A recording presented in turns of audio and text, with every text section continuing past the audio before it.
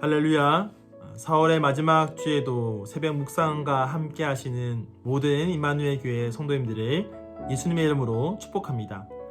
오늘 우리가 함께 볼 이 새벽 묵상 본문을 보니까요, 하나님께서 에스겔에게 보여주시는 그 회복된 예루살렘, 특별히 그 가운데 성전에 대한 환상 이야기가 이제 마무리되어져 가는 것을 보게 됩니다.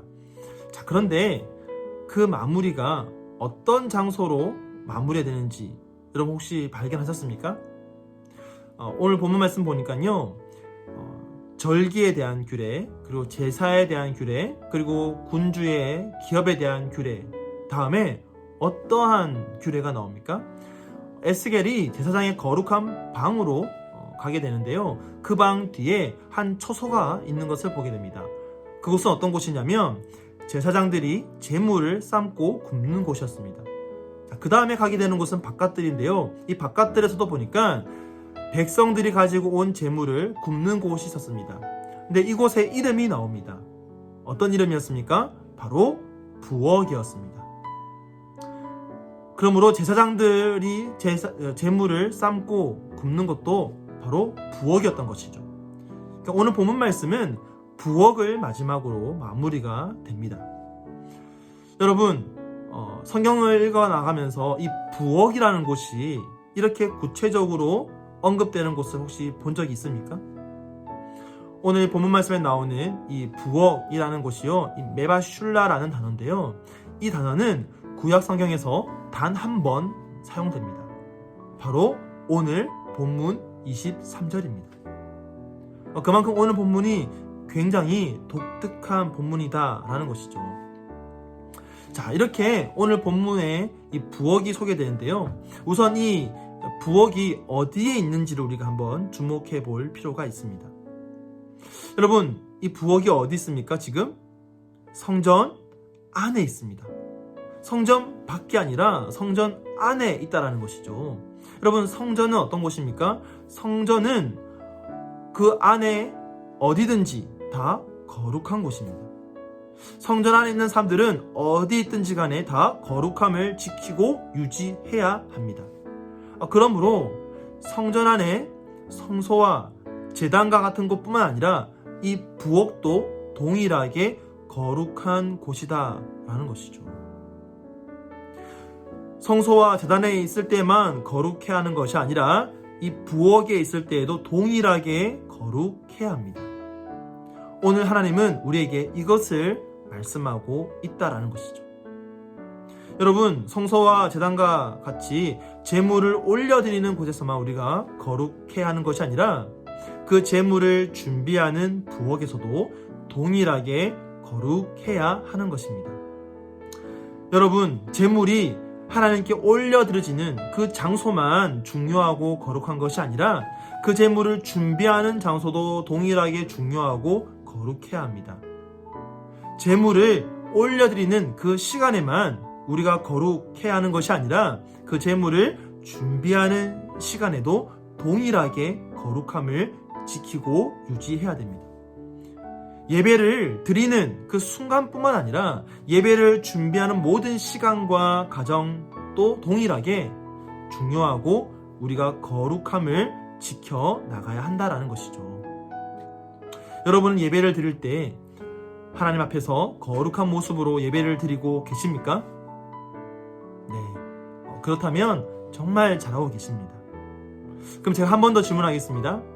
그러면 예배를 준비하는 시간에도 여러분은 동일하게 거룩함을 지키고 유지하고 계십니까?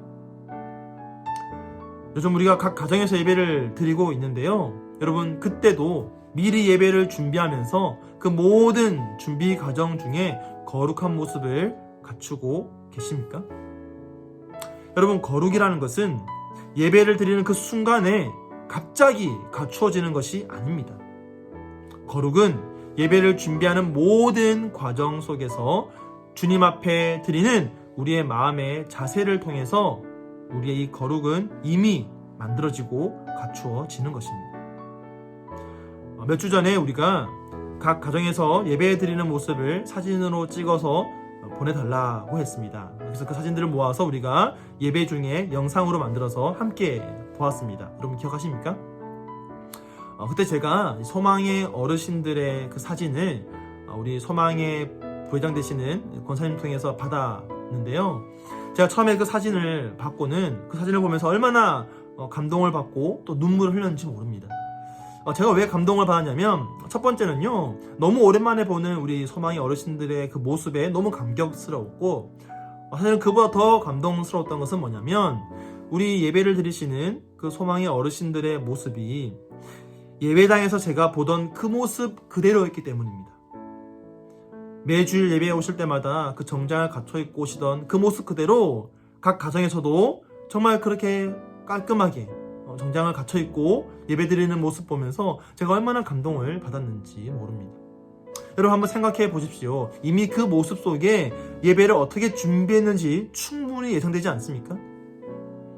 여러분 주일 아침에 대충 일어나지는 시간에 일어나서는 대충 옆에 있는 옷 아무거나 입고는 그냥 그렇게 모니터에 앉아서 예배를 드리는 것과 내가 맞춰놓은 시간에 일어나서 미리 준비한 옷을 입고 미리 예배 앞에 앉아서 기도하면서 예배를 준비하는 모습, 여러분 이 두 가지의 모습 중에서 동일한 거룩함이 느껴지십니까?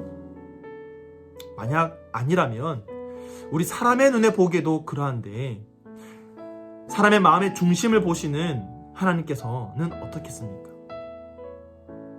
우리의 거룩은요, 제물을 드리는 그 순간 이전에 그 제물을 준비하는 과정에서부터 동일하게 준비되고 유지되어야 합니다.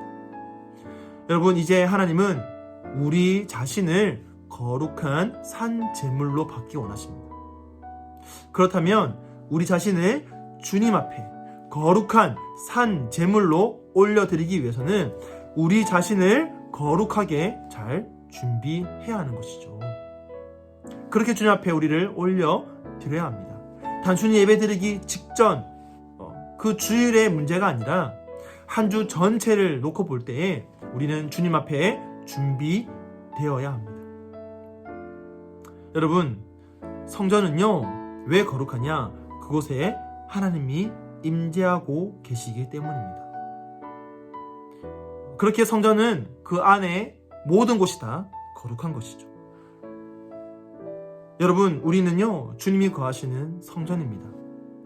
그렇기 때문에 우리가 어디를 가든지 주님이 우리와 함께 하시는 것이죠. 그러므로 우리는 언제나 어디서나 동일한 거룩의 모습을 갖추고 유지해야 하는 것입니다. 여러분 현재 여러분이 계신 그 가정에서도 이곳 교회에서와 동일한 모습으로 거룩을 지켜 나가고 계십니까? 여러분 주일뿐만 아니라 그 주일을 준비하는 한 주 전체가 동일한 거룩의 모습을 갖춘 모습으로 살아가고 계십니까? 우리 모두가 어디에 있든 하나님의 소유된 제사장 나라답게 그리고 하나님의 거룩한 백성답게 그렇게 살아가는 저와 여러분 되기를 예수님의 이름으로 간절히 축원드립니다.